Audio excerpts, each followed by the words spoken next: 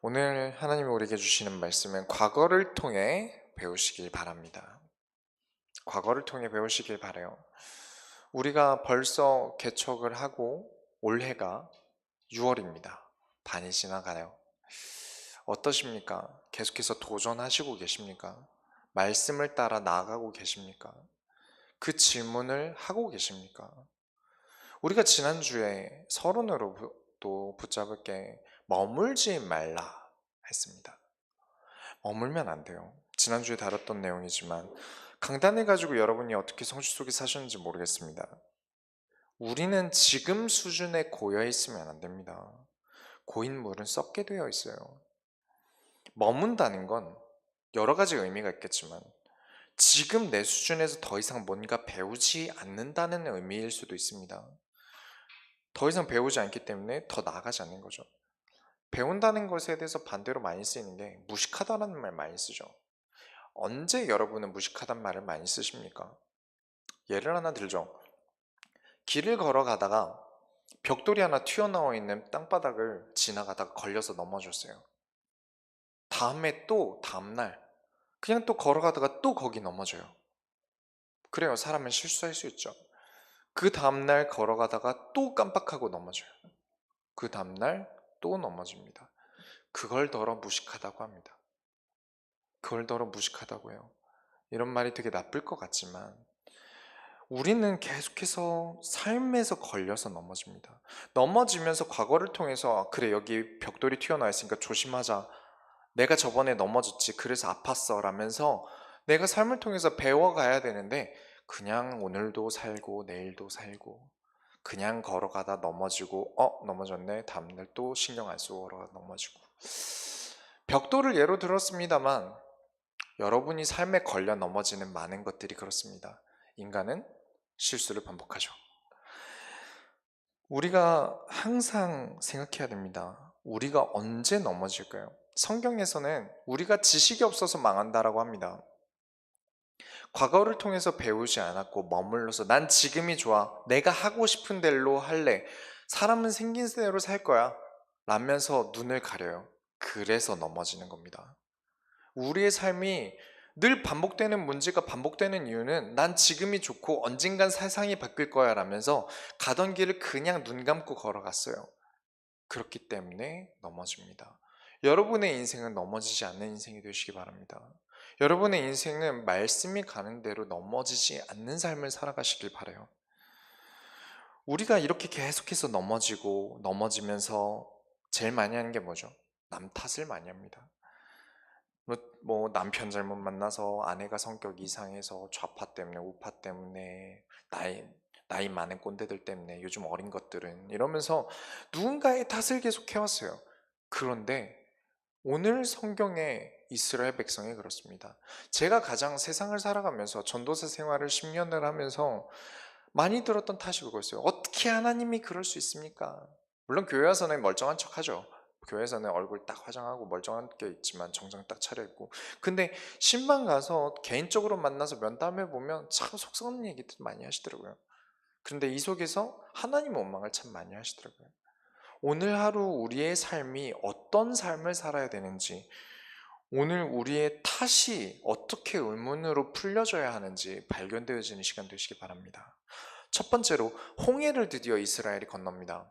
우리가 출애굽기를 세 번째로 넘어오면서 드디어 홍해를 건너가요. 그러면서 하나님이 내가 여호와인 줄 알리라 결단을 하십니다. 하나님이 모든 것을 계획하고 진행하시는 줄 여러분은 믿으십니까? 우리가 세상을 살면서 반드시 아셔야 되는 건 어쩌다 문제가 급작스럽게 올 때 있지 않습니까? 내가 예상치 못한 문제가 올 때, 그러니까 내가 잘못해서 말고 내가 예상치 못한 문제를 겪을 때가 있지 않습니까? 그때는 하나님이 큰 그림을 그리고 계신 거예요. 하나님이 크게 인도하고 계신 거죠. 그렇기 때문에 여러분은 항상 믿으셔야 돼요. 하나님이 계획이 있을 것이다.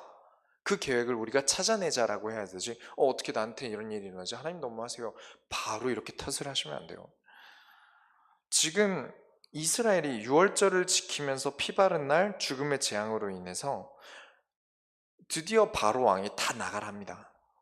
아 너네들 다 나가라 이제 꼴도 보기 싫다 이러면서 드디어 장자의 죽음 이후에, 유월절 이후에 드디어 나가게 됩니다. 그런데 하나님이 가나안 땅으로, 우리가 이스라엘 백성들이 가나안 땅으로 가고 있지 않습니까? 가나안 땅으로 가는 길은 많습니다. 홍해를 꼭 건너야 되는 게 아니에요. 그런데 하나님이 진영을 바다로 가라고 합니다. 14장 2절에 너희는 바다로 가라 이럽니다. 그래서 일단 하나님이 가라니까 바다 쪽으로 걸어갑니다. 그러면서 하나님이 여기서도 참 답답한 게, 바다로 갔는데 만약에 애굽 백성들이, 애굽 사람들이 쳐들어오면 어떡할 겁니까? 완전 막힌 곳 아닙니까? 도망갈 퇴로가 없어요. 그것도 그런데 심지어 하나님이 내가 바로 왕을 완악하게 해서 다시금 너희들을 쫓아오게 만들겠다 이래 버리십니다. 답답하죠. 그땐 상황이 끔찍해지는 겁니다. 이스라엘 백성들이 다 죽게 생기는 거죠. 그런 상황에서 여러분은 좀 더 디테일을 가지고 계셔야 돼요. 지금 바로왕은 4절에서 바로왕의 마음을 완악하게 하신 대로 바다에 갇혔으니까, 바다 앞에 갇혔으니까 복수할 기회를 바로에게 만들어줘 버리십니다. 하나님이. 그렇게 도착한 바다가 홍해입니다. 여러분들이 이 홍해에 대한 내용은 잘 아실 거라고 생각합니다. 그래서 아시지만 좀 디테일하게 보고 지나가겠습니다. 그래서 여러분이 깨달아야 하는 바가 무엇인지 미리 말씀을 드리자면, 내 계획, 내 생각대로 가는 것보다 결국은 하나님의 계획대로 가는 것이 훨씬 옳습니다.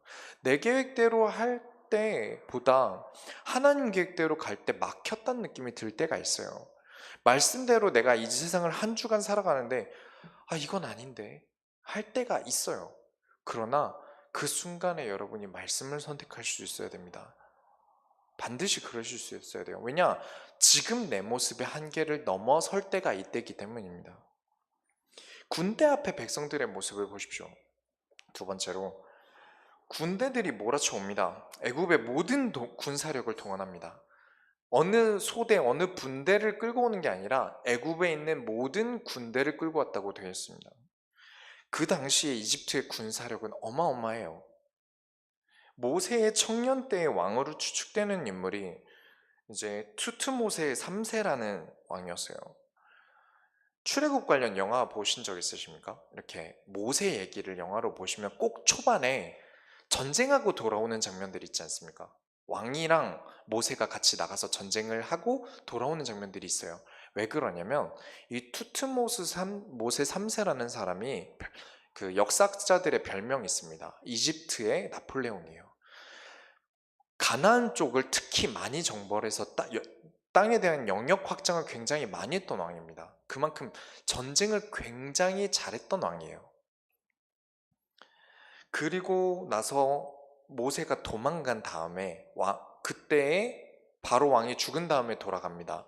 그 다음 왕은 이 권력이 막강했던 투트모세 3세가 죽은 다음에 반란이 막 일어났어요. 너무 막강했으니까 그 권력을 차지하려고.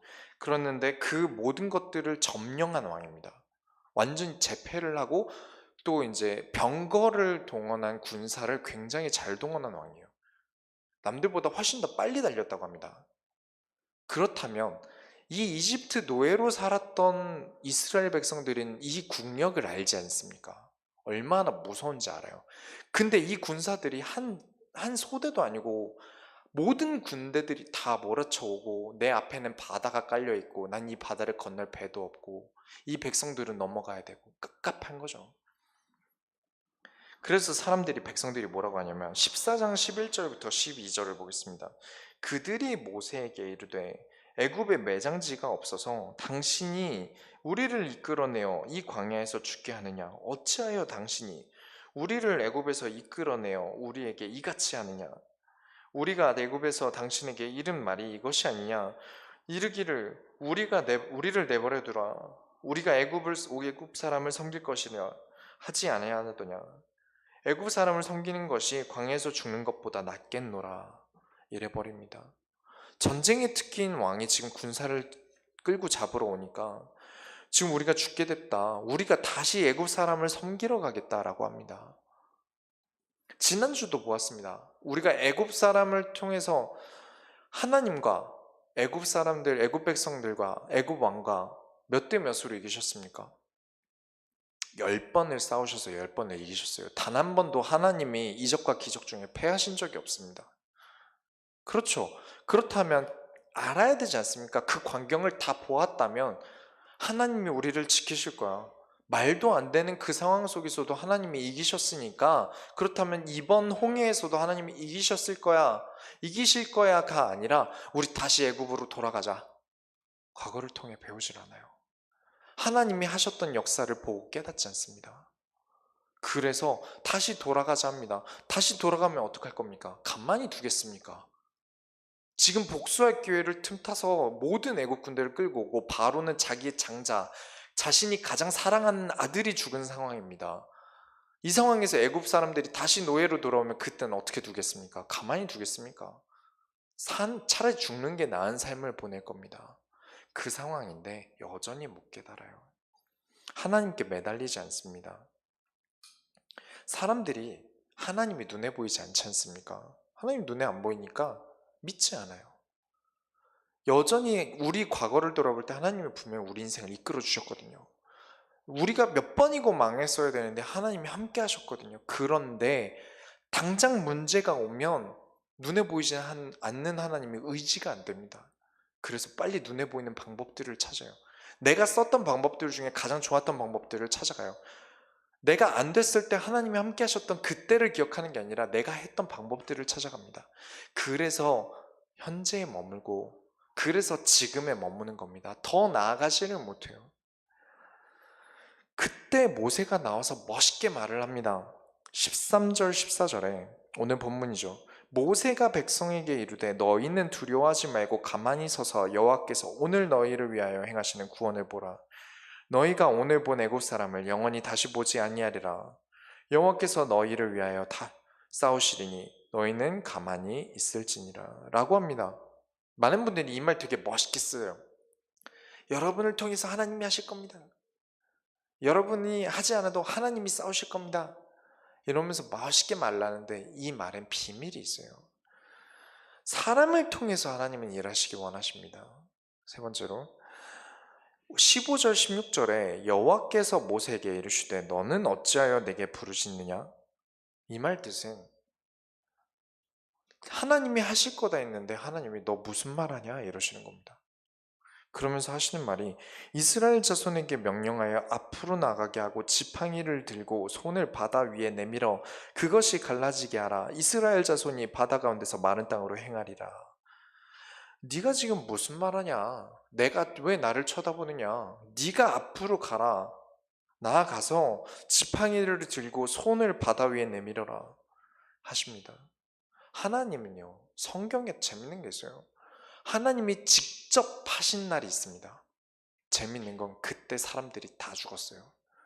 정말 많은 사람이 죽어나갑니다. 그런데 지금처럼 하나님이 사람을 통해서 하실 때가 있어요. 그때는 사람들이 살아납니다. 여러분들이 깨달으셔야 돼요. 하나님이 나를 통해 일하시길 원하셔야 됩니다. 여러분 가정이 살아나길 원하십니까? 아니면 완전히 망해서 깨닫길 원하십니까? 도무지 쓸 사람이 없을 때 하나님은 어쩔 수 없이 망하게 하십니다. 그렇게 해서 깨닫게 돼요. 그 전에 하나님의 소원을 품고 내가 하겠습니다. 하나님 하시기 바랍니다. 그 교회가 어떻게 생긴 교회입니까? 우리 교회는 그 정체성을 가지고 생긴 교회입니다. 하나님이 도무지 쓸 사람이 없을 때 이 세상에, 우리 가정에, 혹은 가문에, 이 지역에, 내 나라에 수많은 곳에 재앙들이 오기 이전에 하나님이 나를 통하여 내가 하나님께 쓰임받지 못하면 많은 사람이 죽습니다. 재앙을 막을 방법이 없어요. 그제서야 복음이 깨달아집니다. 그 이전에 하나님이 나를 쓰시게 내가 나아가야 됩니다. 그래서 여러분들이 깨달으시길 바라요. 하나님이 여러분을 통해서 일하시기 원합니다. 여러분이 자꾸 내가 하고 싶은 대로 머물고 싶고요, 눈 가린 채로 계속해서 넘어지면 어쩔 수 없이 다리가 부러져야 깨달아요. 그렇죠? 멍드는 걸로 못 깨달았고 멍드는 걸로 배우지 못했으니까 어디 하나 부러져 봐야 차도에 안 뛰어들죠. 그죠? 우리 인생이 그렇기 때문에 우리는 작은 것에서부터 작은 문제에서부터 깨달아야 됩니다. 하나님의 계획이 무엇이지? 말씀을 두고 찾아다녀야 돼요. 이 순간을 두고 내가 하나님의 말씀을 선택했을 때, 내가 그리스도를 통하여 살아갔을 때 하나님이 이렇게 역사하셨다라는 교훈을 얻고 더 나아가야 됩니다. 그렇지 않으면 지금 이스라엘 백성처럼 되는 거예요. 이 이후에 이스라엘 백성은 홍해를 건넙니다. 홍해가 갈라지고 이스라엘 백성이 홍해를 다 건넌 다음에 그것을 쫓아오는 애굽 군대들이 그 안에서 수많은 사람들이 수장됩니다. 그러면서 11전 11승을 하나님이 거두십니다. 아까 말씀드렸지만 큰 그림을 얻었다 했죠. 하나님이 큰 그림을 그리시고 하셨다 그래요. 지금 아까 말씀드렸다시피 지금 애굽 왕은 가나안에 대한 정보를 굉장히 많이 합니다. 전쟁을 굉장히 많이 하고 악명이 높아요. 다 두려워서 떠는데 이 애굽 왕을 이긴 백성이 한 번도 지지하는 애굽 사람들에게서 한 번도 지지하는 이스라엘 백성이 지금 가나안 땅으로 갑니다. 가나안 입장에서 생각해 보십시오. 여러분 어떻겠습니까? 이 말을 두고 한참 이후인 40년 후에 여호수아서에 이런 기록이 있습니다. 여호수아 2장에 그들이 간담이 녹더이다. 하나님은 단순히 애굽만 이기신 게 아니에요. 큰 그림을 그리고 가나안에 들어갈 것까지 염두하시고 이런 문제를 일으키신 겁니다. 굳이 홍해 앞에 갇혀서요. 죽을 고비를 넘겨가면서 문제 같은데 그 속에서도 애굽을 이겨버립니다. 그 악명 높은 애굽의 병거를 이긴 겁니다. 하나님이. 그래서 하나님이 여호수아 때 가나안에 들어갈 때까지 하나님은 지키시고 계획하시고 이끄시고 계신 겁니다. 그런데 우리가 문제가 왔다 그래서 하나님 원망하게 되겠습니까? 하나님의 계획을 찾으십시오. 그게 훨씬 낫습니다. 하나님을 믿지 않는 체질을 그래서 우리가 벗어나야 합니다. 하나님을 사람들이 믿지 않아요. 당장 내 앞에 답이 없다 하더라도 우리는 하나님을 믿어야 합니다. 당장 우리가 하나님의 뜻이 뭔지 몰라도 우리는 하나님이 하실 것을 믿어야 됩니다. 그런데 체질상 믿지 않아요. 이 14장이 넘어간 다음 15장에 백성들이 소리를 질러가면서 찬양합니다. 하나님이 구원하셨다, 그가 살리셨다, 그가 용사다, 난리가 납니다. 이제 여자들도 우르르 나와서 소고를 치고 춤을 추면서 난리가 납니다. 15장 1절부터 10절은 홍해 사건을 요약까지 합니다. 그러면서 찬양을 남겨요. 그러면서 11절에는 여호와여 신중에 주와 같은 자가 누구나이까. 12절에 주께서 오른손을 드신즉 땅이 그들을 삼켰나이다. 14절에 여러 나라가 듣고 떨며 15절에 가나안 주민이 다 낙담하나이다. 등등 지금 다 읽으면 너무 많아서 다 읽지 않겠습니다. 이래 놓고 16장 1절부터 2절을 보십시오. 16장 1절부터 2절을 다 같이 읽겠습니다. 이스라엘 자손의 온 회중이 엘림에서 떠나 엘림과 시내산 사이에 있는 신광야에 이르니 애굽에서 나온 후 둘째 달 15일이라. 이스라엘 자손 온 회중이 그 광야에서 모세와 아론을 원망하여 2달 만에 체질이 안 되는 겁니다. 체질이 안 돼요. 2달 만에 원망을 합니다. 애굽 사람들은 그런 겁니다. 여러분들 출애굽기가 가지고 있는 결론을 저는 출애굽기 처음 시작할 때 말씀드렸습니다. 이스라엘을 출애굽할 때가 14장에 출애굽합니다. 그러고 나서 그 이후부터는 광야 생활을 40장까지 합니다. 그러면 따로 권을 나눠도 되지 않습니까?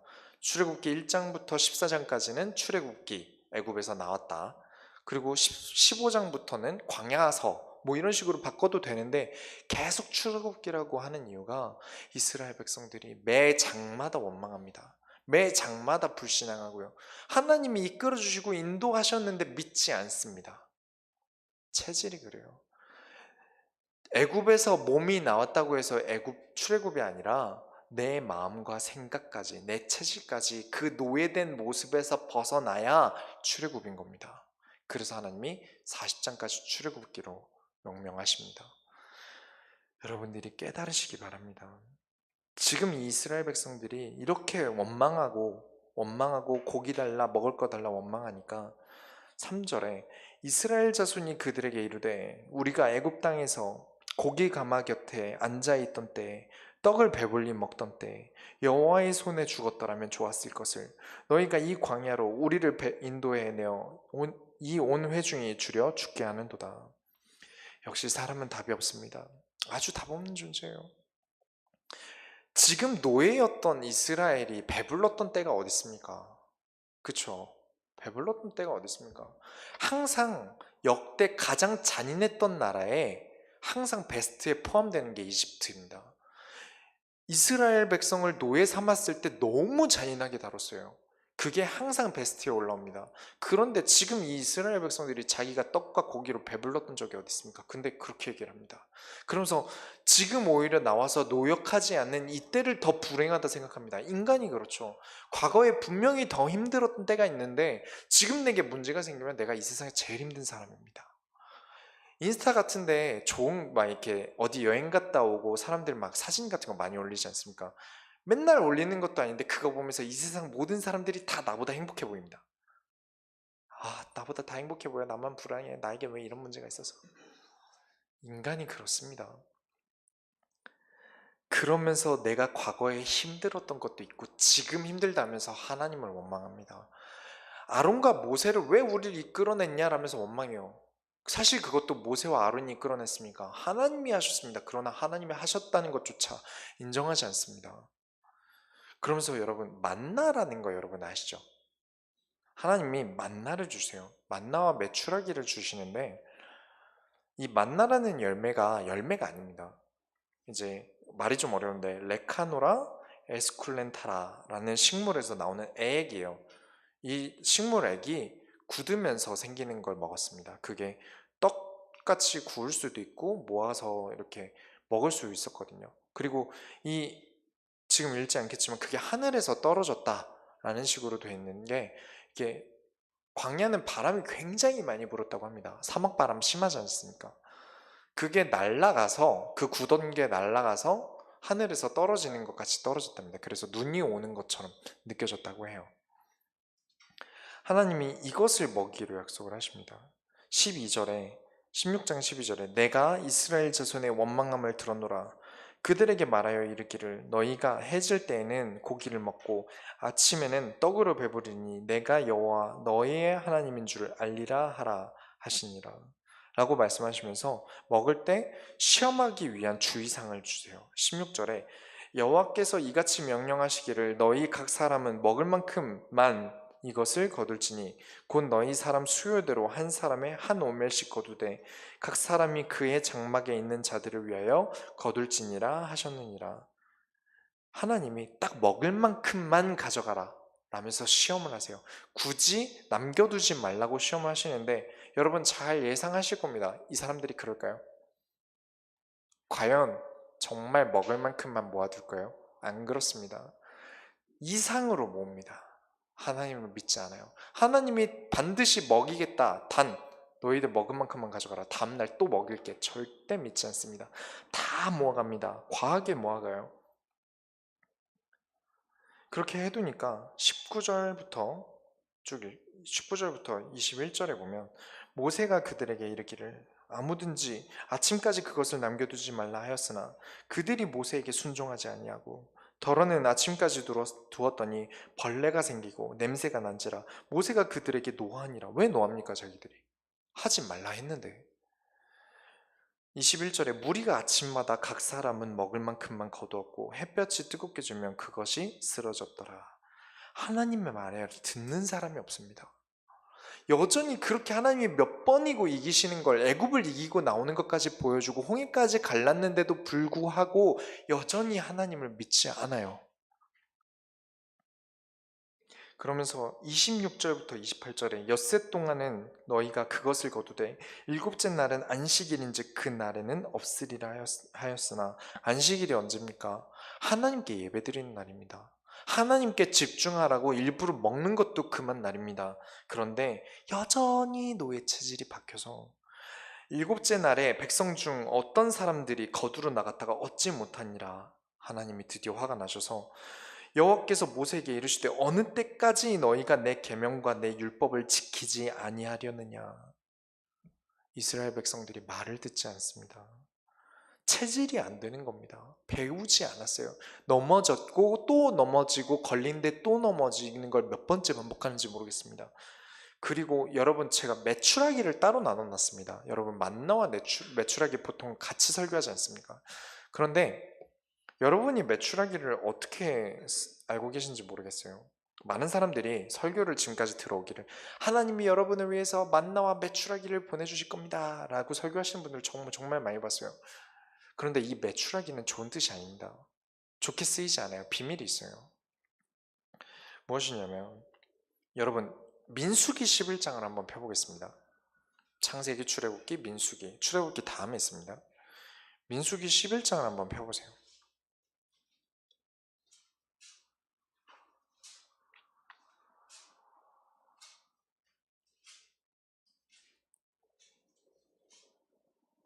민수기 11장 5절, 6절을 보겠습니다. 다 같이 읽겠습니다. 우리가 애굽에 있을 때에는 값없이 생선과 오이와 참외와 부추와 파와 마늘들을 먹은 것이 생각나거든. 이제는 우리의 기력이 다하여 이 만나 외에는 보이는 것이 아무것도 없도다 하니. 10절도 읽겠습니다. 백성의 온 종족들이 각기 자기 장막문에서 우는 것을 모세가 들으니라. 이러므로 여호와의 진노가 심히 크고 모세도 기뻐하지 아니하여. 지금 배고프다고 징징거려서 먹을 걸 줬는데 만나가 지겹답니다. 우리가 그때 먹었던 것들이 생각나고, 이거는 구워도 먹어봤고 이래도 먹어봤는데 이제 슬슬 질립니다. 그래서 이 모든 사건을 다 섬세하게 적어두면 이게 또 하나님의 의도가 어긋날 수 있고, 또 그렇기 때문에 창세기에선 줄여놨어요. 내용을 줄여놨지만 이 민수기에선 길게 적어놨습니다. 그래서 창세기의 의미와 민수기의 의미가 다르거든요. 민수기는 조금 더 사람에게 집중해서 이제 광야 생활을 보여줍니다. 그래서 사실 출애굽기에서는 요약된 것이고, 민수기에서는 처음에는 하나님이 만나를 주셨어요. 만나와 메추라기를 동시에 주신 게 아닙니다. 그래서 만나를 주는데 이 다음에 이게 지겨우니까 이제 11장에 계속 이제 고기까지 달라고 합니다. 11절부터 13절 보면 모세가 여호와께 여짜오되 어찌하여 주께서 종을 괴롭게 하시나이까? 어찌하여 내게 주의 목전에서 은혜를 입게 아니하시고 이 모든 백성을 내게 맡기사 내가 그 짐을 지게 하시나이까? 언제 하나님이 그러셨습니까? 모세를 통하셔 하셨지 모세 스스로 한 게 있습니까? 그런데 이제 모세도 하나님께 원망을 합니다. 힘들다고요. 이 모든 백성을 내가 배웠나이까? 내가 그들을 낳았나이까? 어찌 주께서 내게 양육하는 아버지가 젖 먹이는 아이를 품듯 그들을 품에 품고 주께서 그들의 열조에게 맹생하신 땅으로 가라 하시나이까? 이 모든 백성에게 줄 고기를 내가 어디서 얻으리까? 그들이 나를 향하여 울며 이르되 우리에게 고기를 주어 먹게 하라 하온즉. 14절에 책임이 심히 중하여 나 혼자는 이 모든 백성을 감당할 수 없나이다. 지금 내가 나왔습니까? 난 못합니다. 이래버립니다. 하나님의 계획을 물어보지 않고, 혹은 하나님 제가 뭘 하면 될까요? 물어보지도 않습니다. 하나님이 뭐 해라, 어떻게 해라 라는 말 듣기도 전에 하나님 제가 나왔습니까? 왜 나한테 이런 걸 맡기셔서. 모세도 멀었습니다. 모세가 이끌고 나왔지만 여기 있는 출애굽 백성 전부가 멀었어요. 여전히 그 체질에서 벗어나지 않습니다. 여전히 하나님 원망하고요. 하나님의 계획과 뜻은 찾지 않습니다. 그러면서 기도는 하나님의 뜻에 맞추는 건데 모세도 힘들다고 하소연합니다.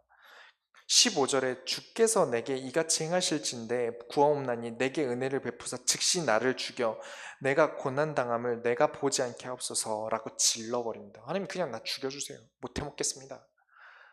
이래버립니다. 하나님만 답답하시겠습니다. 이 모든 백성들 중에 하나님이 제일 답답하실 거예요. 그래서 하나님이 모세를 일단 달랩니다. 장로들을 세워서 같이 일해라. 너 혼자 일하지 마라 하신 다음에 내가 전부 고기를 먹이겠다라고 하십니다. 그랬더니 하나님이 내가 고기를 먹일게 이러니까 모세가 또 이런 말을 합니다. 21절부터 23절에 모세가 이르되 나와 함께 있는 이 백성의 보행자가 60만 명이온데 주의 말씀이 한 달 동안 고기를 주어 먹게 하겠다 하시오니 그들을 위하여 양떼와 소떼를 잡은들 족하오며 바다의 모든 고기를 모은들 족하리올까. 여호와께서 모세에게 이르시되 여호와의 손이 짧으냐 내가 이제 내 말이 내게 응하는 여부를 보리라. 또 하나님 안 믿습니다. 고기 먹인다니까 다 잡아 먹여야 됩니다. 바다에 있는 물고기 다 먹이실 겁니까? 못 먹입니다. 그럴 때 하나님이 내 팔이 짧으냐 이러십니다. 그만큼 하나님을 안 믿습니다. 지도자가 이만큼 하나님을 안 믿으면 됩니까? 그런 상황에서 40년 동안 이 체질을 뜯어내셔야 됩니다. 이만큼 하나님을 따라가지 않고 이만큼 여전히 과거에 머물고 있고 여전히 과거를 통해 배우지 않았기 때문에 하나님이 40년 동안이나 뜯어 고쳐야 됩니다. 그렇게 됐는데 아까 말씀드렸죠. 만약에 하나님이 직접 하시게 되면 어떻게 된다고 말씀드렸습니까? 사람을 통하지 않으면 어떻게 된다 그랬죠? 다 죽는다 그랬습니다.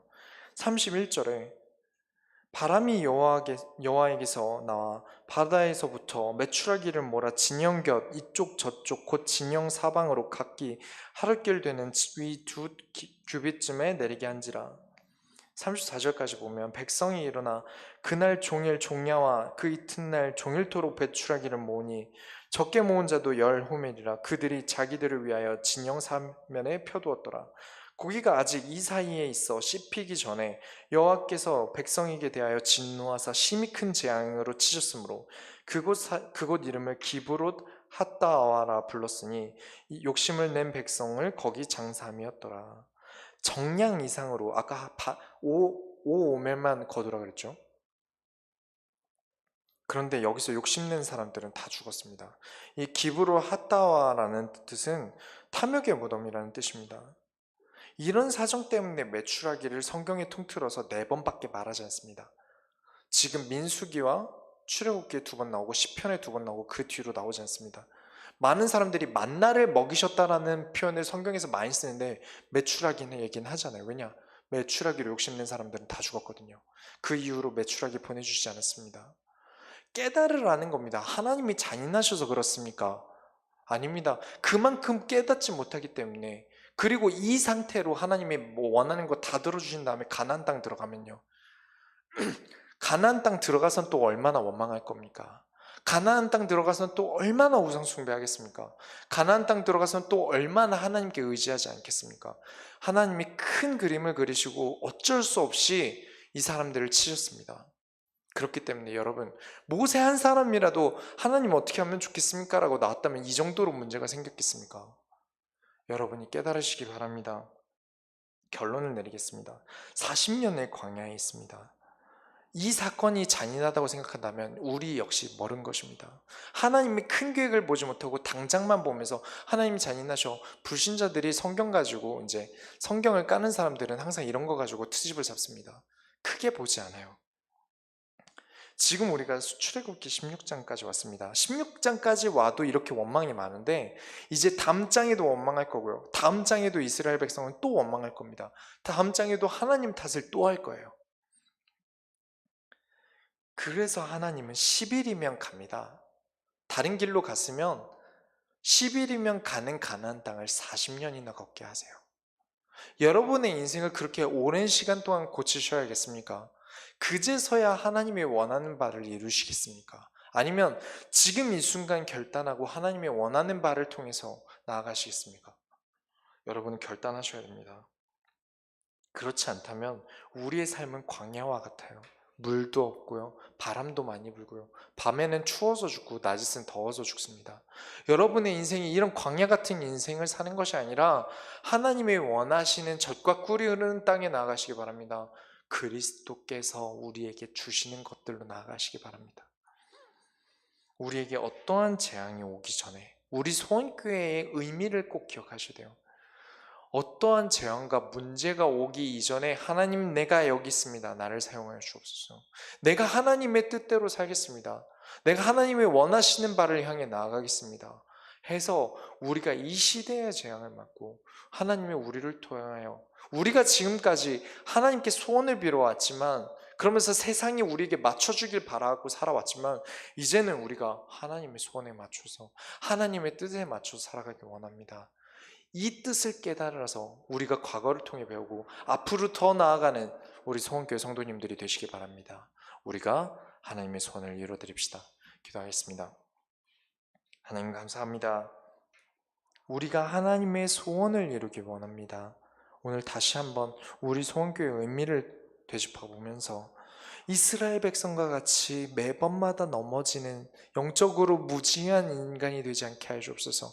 영적으로도 육신적으로도 무지하여서 올바른 것을 보지 않고 하나님의 뜻과 계획을 찾지 않고 내 방법대로 원망하기를 하고 내 방법대로 비난하는 것이 아니라 우리로 하여금 더 나아가도록 그리스도를 통하여 살아가도록 우리가 말씀을 붙잡고 하나님의 뜻을 찾아가는 우리 소원교회 모든 성도들이 되게 하여 주옵소서.